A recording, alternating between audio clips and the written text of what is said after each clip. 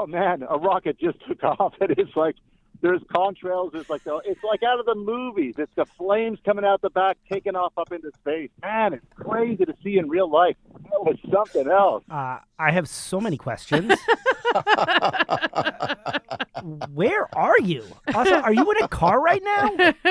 Please tell us you've cracked a window, please. How embarrassing is that? That's me talking to our senior producer, Kristen Nelson, yesterday. I'm at the Kennedy Space Center in Florida waiting for the Artemis rocket with Jeremy Hansen, Canada's Jeremy Hansen, to go probably tomorrow, we're hoping. And I was talking with Kristen yesterday, and it was a SpaceX Falcon 9 with Starlink satellites just took off, and like everything started to shake, and I jumped out of the car, and you can see, I'm getting excited again. This is the space fanboy in me. You could see it going off into the sky. It was pretty freaking cool, man. I'm just gonna say, but that's where I am, and in a van in a parking lot at the Kennedy Space Center. Quick question: are you staying Earthside? Because I did hear a rumor, Paul, that you were going to potentially hitch a ride. Ground control to Major Paul. Option, but I've got the podcast to do, Willie. So I said no. Well, we thank you so much for your sacrifice, Paul. Exactly. Thank you so much. Extra CBC points for you. It has been a very busy stretch for our small but mighty Washington bureau here. Paul, obviously in Florida, potentially trying to hitch a ride into space. Katie, you're back from 2 weeks in Doha. The three of us haven't been in the same room in I don't know how long. It's been a while. Yeah, so I like the smile on Paul's face right now. If you're listening to us rather than watching us on YouTube, the way Paul is smiling, you can definitely hear it through his voice. My last 24 to 48 hours have not been the same as Paul's, but I got home, got safe, all that kind of stuff. 48 hours, maybe 2 hours of sleep. So while Paul is like laughing and smiling with like sheer joy, I am laughing and but just giddiness and just like, am I awake? What day is it? Where am I? Who am I? What is this? Ground control to Major Paul. I'm going to say that like 7 times tonight. Just like as many David Bowie references as we can get in. You cannot do too many. I know, but no. So it's but I'm home. I'm home. So isn't that nice? It's so nice to be home. Oh, it's so nice. We're so happy that you're back. And you were away too. I was. The travel delirium, I had it a little bit easier than you because I was traveling with the Secretary of State, Marco Rubio, on a whirlwind and really all too brief trip to France for the G7 foreign ministers meeting. And it's not very hard traveling on the Secretary of State's plane. I must admit. We'll get into that. You can tell everyone what it's like. Yeah. Since we've all been traveling all over the place to cover the news lately, this week we're bringing you an on-the-road edition of the podcast. I'm Willy Lowry. I'm Katie Simpson. And I'm Paul Hunter. Not 2 blocks from the White House, but at least you two are. Okay, Katie, let's start with you. You've been covering what's unquestionably the biggest story in the world right now, aside from maybe Artemis. Obviously, the war in Iran. I know you're just off the plane. Can you give us a little bit the lay of the land, the kind of where we are right now in the war? Yeah, so we're having this conversation around midday Tuesday, so a lot can change, and it can change very quickly. Essentially, the Americans, Pete Hegseth, the Secretary of Defense, acknowledging that Iran still has the ability to fire missiles and drones and launch attacks even after it's sustained a month of attacks from U.S. and Israeli forces. Really sort of the thing that everyone is watching for next is what is Donald Trump's next move going to be, and will this conflict escalate? Is he going to make some decisions around whether the U.S. is going to explore the idea of some sort of form of ground troops or what the next U.S. sort of step is? And the big concern is escalation, those kinds of things. As those conversations are happening and as the world sort of watches and waits, the attacks continue, with Israel continuing to fight with Hezbollah in Lebanon with significant destruction, particularly in the south of Lebanon, particularly in Beirut as well. And then you see Iran continue to fire attacks at Gulf Gulf region countries, that Israel and the U.S. continue with their campaigns when it comes to targeting different sites across Iran. And still, we're not seeing the kind of shift that Donald Trump is demanding when it comes to the Strait of Hormuz. And there's big concern that this is about to sort of escalate on another front with the Houthis, which is an Iranian-linked group that is backed in Yemen. They have entered the fight. They fired some missiles over the weekend at Israel. They were intercepted, but the concern is, are they going to sort of take up what they've done in the past? In the past, during the Israel-Hamas war, we saw the Houthis target commercial ships in the Red Sea. And so the concern is, for many involved in this conflict, is there going to be another sort of choke point when it comes to global shipping? The Houthis are a very formidable group, and they have capabilities to kind of really close off the Bab el-Mandeb Strait there as well, which, that would wreak havoc. Dare I even ask, in this sort of age when nothing goes as planned, what surprised you about the way the war has unfolded the last week or two? I don't know if surprise is the right word, but I think what really stands out to me is how quickly things escalate and how quickly things can change, and just the way that the conversation has changed over the course of the last month. And I know that we're coming to this from the perspective as we routinely cover the Trump administration. So we know what is said on Monday might be completely untrue by Tuesday. Something completely new might be in play by Wednesday. And we're sort of conditioned to cover that, and sort of we're not necessarily surprised by it. It's the way that Trump operates. That's not surprising, but to see it at this scale and this level with so much on the line, it really sort of, that to me is what sort of stands out to me after being there for 2 weeks. I don't know if either of you have kind of thought of this or keyed in on it as well. I feel like the White House has been saying the same statistics in terms of how degraded Iran is now for weeks. It's like since the beginning of the war, it's been like 85, 90, and now it's been hovering around 90% missile and drone degradation, which to me suggests they're not actually accomplishing, they're not able to kind of get to the finish line in terms of extinguishing Iran's military capabilities. I was going to say, I was chatting with somebody sort of about that, Willie, a week or so ago, who drew comparisons to the Vietnam days when the Americans would come out at the end of every day and talk about X number of targets hit, X number of bombs dropped, this, that, or the other, day after day after day after day. And then it didn't actually achieve anything in the end. And she was remarking that this just echoes that. And like, where is all of this going? Yet they come out every day and they say this. You're making the point that it's the same numbers day after day, but just the fact that they think numbers, suggestions seem to be from the person I was chatting with, that they seem to think if the more numbers you put out there, well, of course, this will be over soon. But it doesn't work that way.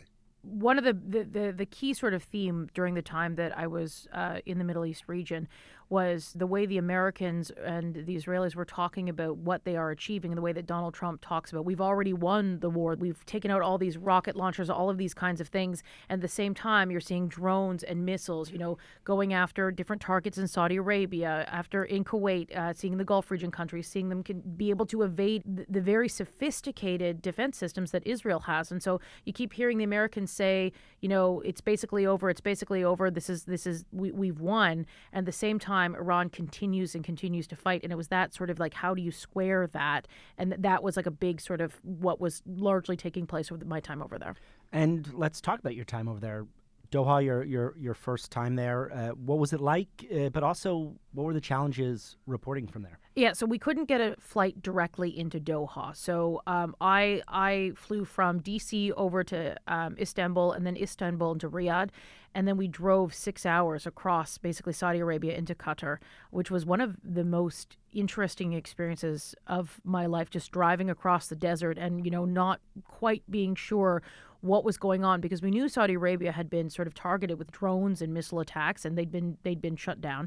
And then as soon as we crossed the border into Qatar, our phones, we started getting the emergency alerts. If Iran launches missiles or drone attacks, Generally, what would happen is that the government in Qatar would shoot them down. They'd be intercepted. Sometimes they would cause damage, massive damage to the massive LNG facility in Qatar while we were there.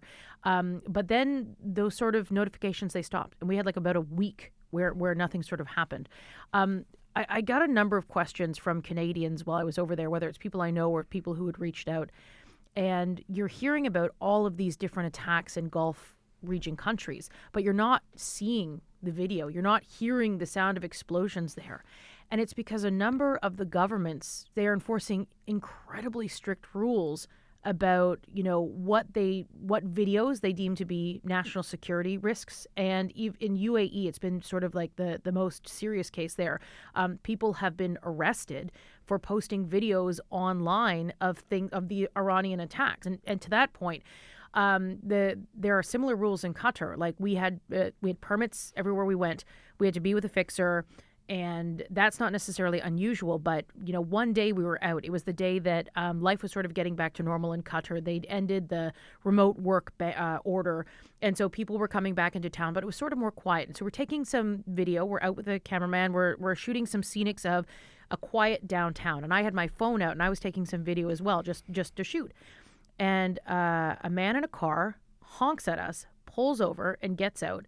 It's not like a marked car, so like I'm not particularly paying attention, but our fixer sort of stops, and it turns out it was the police, and the police did not like that I was taking video, and they're like, if you put that on social media, you better look out because we don't want anyone to be able to obtain what our skyline looks like. And I'm like, oh, I won't post it. Like, listen, I'm not going to post it. Like, we gave them our papers and all that kind of stuff. But that's the kind of thing that's happening, and it's at a way higher level in other countries. So UAE, like people, there are dozens of people, I believe, that have been arrested. These countries don't want these images out there, and so they're not making it out there. It reminds me, I lived in the UAE for several years, including at the beginning of COVID, and around 11 p.m., there's a curfew, but I was actually doing a embed with police. I was driving home during the beginning of COVID. I was driving home from that embed, and I got stopped by the police. Yeah. And I got a very, very large fine, even though I had just been with another group of police officers. Oh, but speaking of COVID, when we talk to people there, the experience in Doha, which I want to say, Doha is not on the front lines of this conflict. It is not anything like what's going on in Lebanon or Iran or Israel in this moment. But people that we spoke with said it really reminded them of COVID because a lot of public gatherings were canceled. It was remote work, remote school, that kind of thing. So when they heard explosions, they heard the interceptions, and at first it was really terrifying. And then people sort of got used to it, and it felt just like COVID. How far were you from the liquefied natural gas strike? Because, I mean, I was in Doha in 2003, the weapons of mass destruction war. My job was to go to the U.S. Central Command just outside the city, which blew my mind, the size of the U.S. presence there. I was just reporting on that daily. But we were removed from the war. It was like watching the war on TV, even from the region. But the difference with your trip over is that Qatar got hit. Like where was that from where you were? It was about an hour's drive, and the thing is, you couldn't get anywhere near it. Journalists, the BBC tried to get up there. They were turned around and told us the tale of that. Qatar suffered some of the most significant damage to its economy of any Gulf region nation with that attack on the LNG facility. Setting it back 5 years or something It's going to take 3 to 5 years to repair. It wiped out, I think it's 9% of their GDP. Wow. $20 billion in annual revenue just wiped out because of the damage there. And then after that after the attack on the LNG plant, things got real quiet. We should add that while obviously the Gulf countries have very, very strict filming policies, they're not alone. Israel, since October 7th, has also kind of changed their laws, and they have restricted some filming around missile strikes. So, not just the Gulf countries there. Now, Willy, you were just with Marco Rubio in France. Tell us about that. What is that like? Was I? I don't know. It was so fast. Katie. When you're traveling, guys, and you're on a layover, and it's like if I put my foot outside the airport, does it count that I've been there? Yeah. This was I say kind yes. of like Yeah. Right? I mean, obviously, we're all journalists and travelers. That's a guess. Yeah. But this was My kind of... my rule is, if you called your mom and your mom says, "Where are you?" What's your answer? There you go. I did. I got a call into my mom, of course. So yeah, we'll count it. We'll count it. But we took off from Andrews, Joint Base Andrews, just outside of Washington at around like 3 p.m. on Thursday. Mm-hmm. We arrived in Paris at like 2:30, 3 a.m. Got to the hotel at I think we checked in at 3 or 3:30. But the nice thing is it's a police escort, right? So it's a very quick trip from the airport. When you are in a motorcade, let me tell you how that ruins all transit for you. When you are in a prime minister's motorcade, we can talk about that later. It is a thing. You get caravanned, convoyed to the hotel. I think I was in my bed for 2 hours. Then we were out the door by 7 to the G7 meeting. I have to say, he was there for as short or as little amount of time as humanly possible. He could not have been there less time. So when you go, you're part of what's called the pool. Yes. What is that like, and tell us what that is? Yeah, so I am a member of the State Department Press Corps. Basically, the Secretary of State travels on Air Force 3. There's like 10 to 12 press seats. So I'm there with people from CBS, Wall Street Journal, sometimes the New York Times, Washington Post.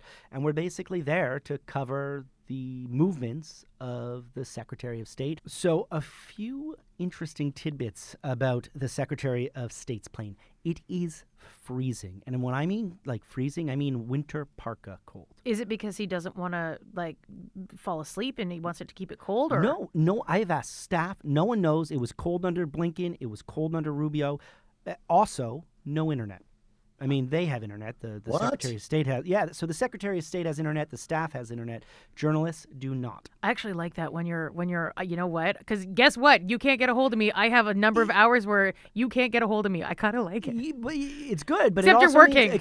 And my job as the radio pool reporter, right? I am gathering the tape, often plain side, under the wing, and then I have 10 minutes to get it from my tape recorder to the internet, to NPR and BBC and my other fellow radio poolers, and I only have 10 minutes. That is very stressful. Very stressful. Is Marco Rubio a come to the back of the plane guy?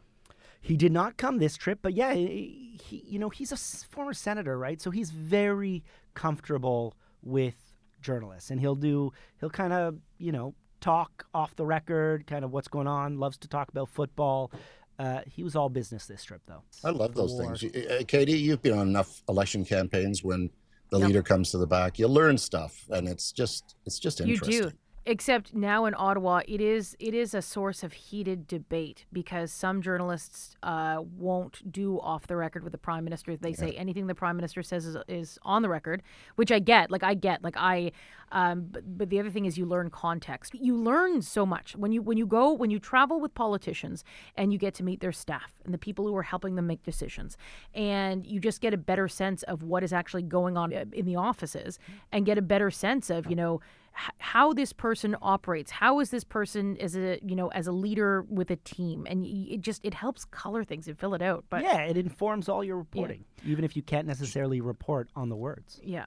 Jean Chrétien would come to the back, and he would love to tell stories, and they would always just be little anecdotes about things. He wouldn't learn anything, but it was entertaining. Paul Martin, by contrast, he would come to the back, and he would have questions like, how does that? He would point at the gear, and how does is that a microphone? Like, how does the camera work when you're in a script? All that kind of thing. Again, you didn't really learn anything, but it was very a contrast in styles. But Anita Anand was also in France, was she not? Foreign Affairs Minister for Canada. Yeah. What came of that?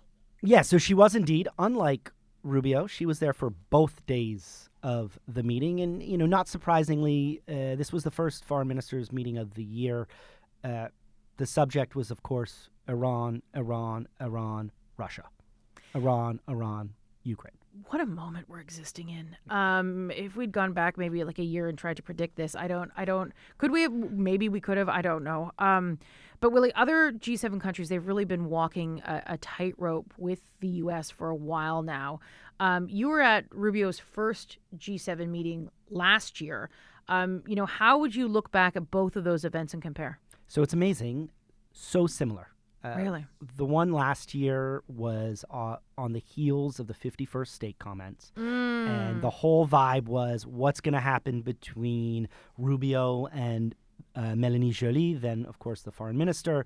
Will it be awkward? Will it be tense? Will they be able to kind of get along? And then this time it's, okay, the U.S. has decided to unilaterally launch a war against Iran, and now it's asking its allies, without giving them advance warning, for help, essentially, opening the Strait of Hormuz. So there's, again, this kind of awkward tension. Both times, Rubio brushed that aside. The first time saying, he got along very well with Joly. They didn't talk about the 51st state comment. This time basically saying that, quite frankly, his colleagues should be happy that he was in attendance. Okay, Paul. You are like living your dream right now. I'm very excited for you. I'm very excited to watch this through your eyes, because we don't often get to do things that bring us excitement and joy. So tell us where you are and tell us why Artemis matters. There's a rocket going somewhere. It's nothing. So I'll tell you where I am. I'm. If I look over there, I see the CBS building, which is where Walter Cronkite talked about, landing on the moon in the 60s. Behind me, I don't know if you can see it, it's sort of blown out because it's so bright here, but that's the vehicle assembly building where they build all the rockets and then they march them. If I look over here, I see Artemis in the distance on the launch pad, ready to go. The Falcon 9 we were talking about earlier took off from over there. So it's like everything is all around you, and it's kind of amazing, right? So what the Artemis 2 is doing is going to the moon with 3 Americans and Jeremy Hansen from London, Ontario, a place you know well, Katie. He's from London, Ontario? He's from London, Ontario. No. He is. That's where I'm from. That's where I'm from. The stuff you learn on this podcast. Oh, my goodness. If it goes tomorrow, they've been waiting a long time to launch this thing. They've had a couple of hiccups, but all systems are go, as they say, unless the weather steps in and punts it for another day. They're going to go up around Earth's orbit. They're going to go to the moon. They're going to go around the moon. They're not going to orbit it. They're going to come back to Earth. They're going to land. This is a test mission for the next couple. The one after this, they're going to go into orbit. They're going to test a moon lander. And the one after that, they're going to put, as they say, boots on the ground. We're talking about that term a lot lately, but on the moon. It's kind of incredible. I mean, there's not a lot of attention's being put on this the last little while, if you ask me, the space nerd.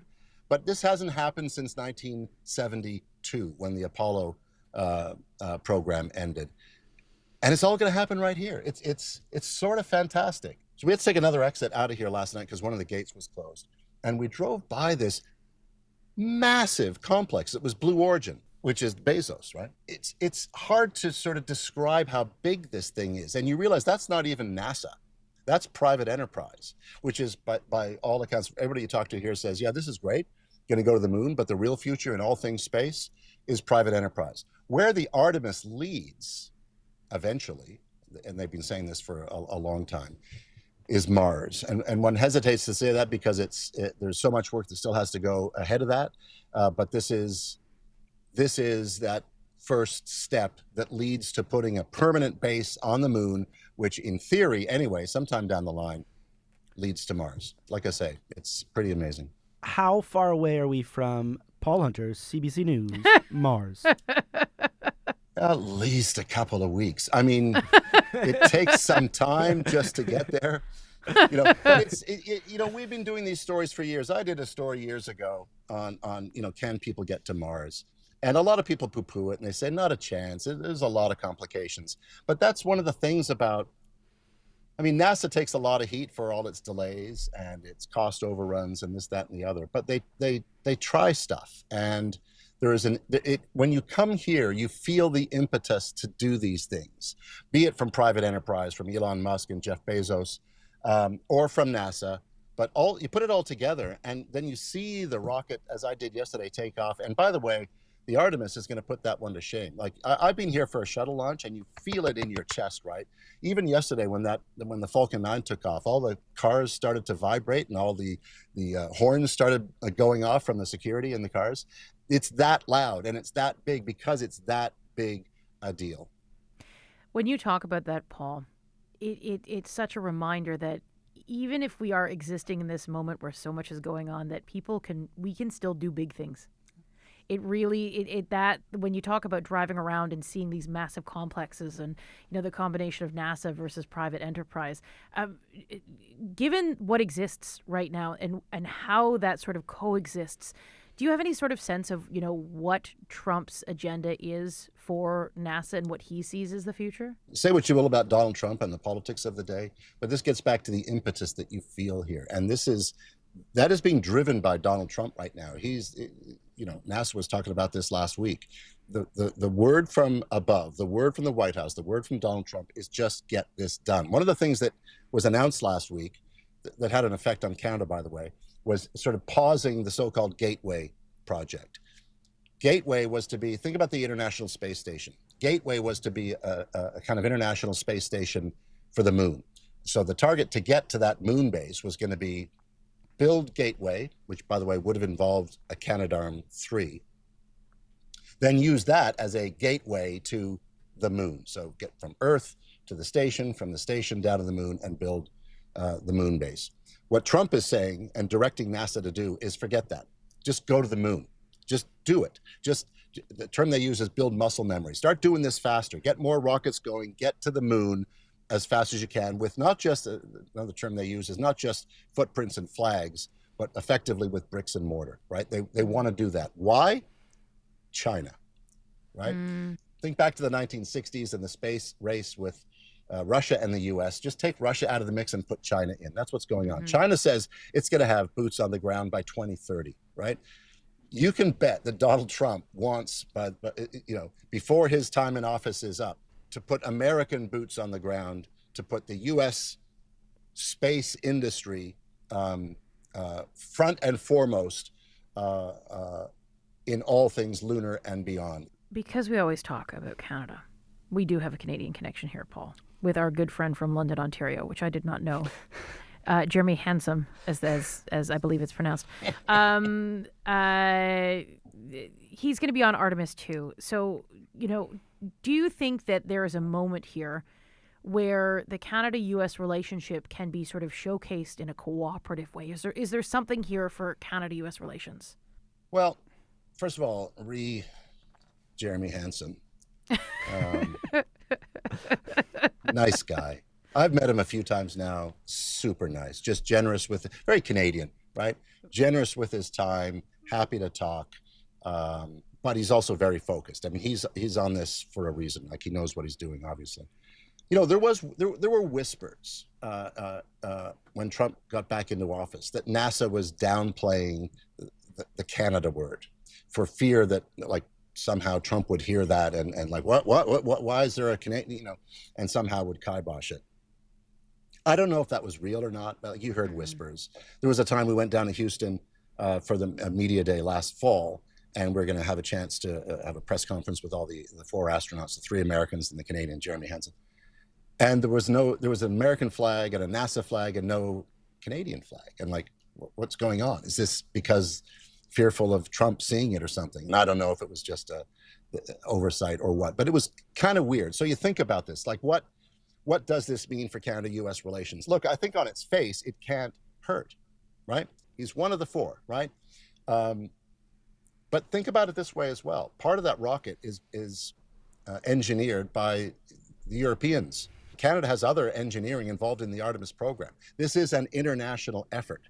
So while it looks good on Canada-U.S. relations, in fact, it speaks to international cooperation broadly. I don't mean to sound all Pollyanna on this, but it's true. All of this stuff comes together. And even Jeremy Hansen, and by the way, the other astronauts, they say this all the time, right? They're doing it as a team, that this works when you work together. And if that message goes back to Donald Trump, I don't know, it can't hurt. As the Canadian cheerleader on this team, he, of course, follows a pretty rich history, right, of Canadians in space. Obviously, the late Marc Garneau, Julie Payette, and Commander Chris Hadfield, right, all representing Canada up above the stars. And I'm just wondering, are we going to get a song from Hansen? Do we know? Does he play the guitar too? It's still a highlight for me. I love that. Are you kidding me? with that mustache and the guitar in space, it was amazing. Unlike Chris Hadfield on the ISS when he did Space Oddity. Katie. Some David Bowie. I have a David Bowie. I have a David Bowie tattoo on the back of my leg. I'm not going to show it on the podcast, but for reference, I'm a very David Bowie. Chris Hadfield on the International Space Station. This is 4 astronauts in a tiny-ish capsule. There's no room for a guitar, Willie. I'm just going to tell you, it's not going to happen. I was also going to say, you're the guy at the bonfire pulling out the acoustic guitar. No one's going to like you if you do that. No one wants that. No one wants that. The other 3 are all like, oh, not again. No. Make it end. I will brace myself then for disappointment.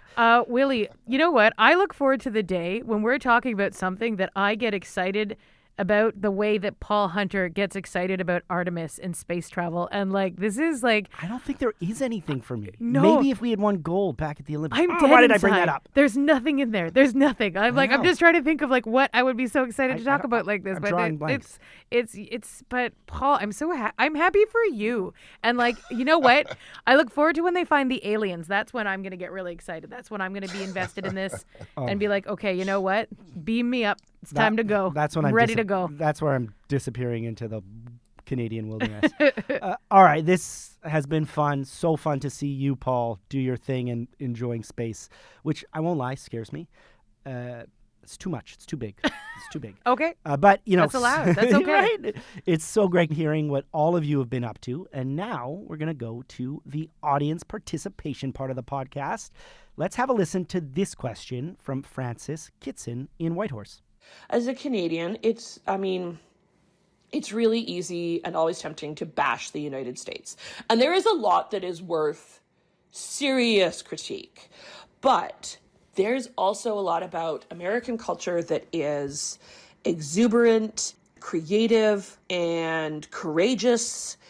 And so I'm curious about what are the good things in America right now? What are the things you enjoy? Ooh. Willie, you go first. Oh, thank you. This makes it a lot easier. I think Paul's story, I think Artemis is in part such a perfect example of this. This is a country filled with human ingenuity, but also that is inspired to kind of think big and act on those thoughts in a way that few other countries are able to instill in their people. But also, it's spring, and my daffodils are already almost out of season. My tulips are blooming. Sorry, Canada. I don't think yours have even exited the ground yet. I think there was snow in Toronto in the last few days. Yeah. Uh-oh. Send all of your hate mail to Willie at Washington at CBC Pod. No. Paul, how about you? I think she's right. Americans are exuberant and creative and courageous. And I think a lot of the positives of this country, and there are a lot of them, people become obsessed with the complicated politics of the day, and they forget that that's politics and there's a whole country here. I've been down here long enough that one of the things I've come to love about this country and Americans is their willingness to talk about stuff. We got problems. Let's talk about it. They wear them on the sleeve, right? I've been down here. I've been down here so long now. I actually talk to strangers on the street. It's very American. It's I never used to do that, but it's what people down here do, and I love that. I've never had somebody turn down an interview request. Never happens, because Americans want to engage and they want to participate and they have things to say, and I think that's to the credit of all Americans, and it's what I love about this country and the people who are here, in spite of, as I say, the complicated politics of the moment. I was going to say there's something about the United States that even when I was long before I chose journalism, long before anything like that there was always, I don't know if it's the influence of American pop culture. I don't know what it is, but Willie, you sort of talked about it. It's if we take a look at the Artemis example and the example around space exploration, in Canada, we do big things too, but I feel like the built-in attitude in a lot of cases, the sort of the place people operate from, whether it's on a daily basis or thinking big, is that we can do big things. It's that try harder. This is not any sort of comparison to Canada. It's not in any way, shape, or form. This is not something that doesn't happen in Canada as well. But everything is just so much bigger. It's so much brighter. And Canadians spend a lot of their time when it comes to a Canadian identity that we do define a lot of things about ourselves as Canadian, but so much of that is also in sort of the lens of what we're not American. And that is one thing to, when I'm having this conversation, when I'm making these points, it's not through the, well, Canada isn't like this. It's just, it's not. It's the way that, it's just the way that people think down here. It is built in you, whether it's, the hearing the lore of, the American Revolution and the big things can happen and that kind of thing. It's just, it seems to infiltrate almost every aspect of life in a lot of ways, and it's magnetic. The ethos of this place is to just try, just go for it, just do it. Instead of, you can sit back and you can talk about it over and over and over and over and over until, too much time has passed. In this country, it just seems to grab it. It cuts both ways. You can fail, right? Yep. Yeah. But you can also succeed. And I would just end my thoughts on this, if you don't mind, Willie, with a comment from Jeremy Hansen, because he talks about this same thing, and he's talked about it to me. And he said that's one of the values of his trip, with him in that seat on that rocket, which it says to Canada, hey, we can do this too. And if we can do this now, this thing that the Americans do so well, we're on that rocket, and he's going. And he ended the thought by saying, who knows what is the lesson? Who knows what Canada can do tomorrow? I love that. And I think, if there's a narrative, a Canadian narrative, it's often that we punch above our weight. Absolutely. Artistically, culturally, politically, in so many different ways. But in many ways, that weight is America. They are the standard for so much of the world. And it is earned through the immensity of their ambitions. And that is impressive. Well put. And on that note, I think now that I've been up for 48 hours and had maybe 2 hours of sleep, I think that just to send us all off. Thanks to everyone for the feedback and for the questions as well, Francis. If you have something you'd like to ask or if you have feedback, you can send it in an email to WashingtonPod, all one word, at CBC.ca. That is WashingtonPod at CBC.ca. Or leave a comment for us on Spotify. And don't forget to follow us on your favorite podcast app. Thanks, Paul. Thanks, Katie. Paul, enjoy the launch, but please don't get on the rocket. We need you back here in D.C. I think you should go. I think you could, honestly, we'll send you with a DeGero. We'll send you with a live thing so that you can do a live report. I think our bosses would be very excited about it. I think you should do that, Paul. All right, we'll see you from the moon.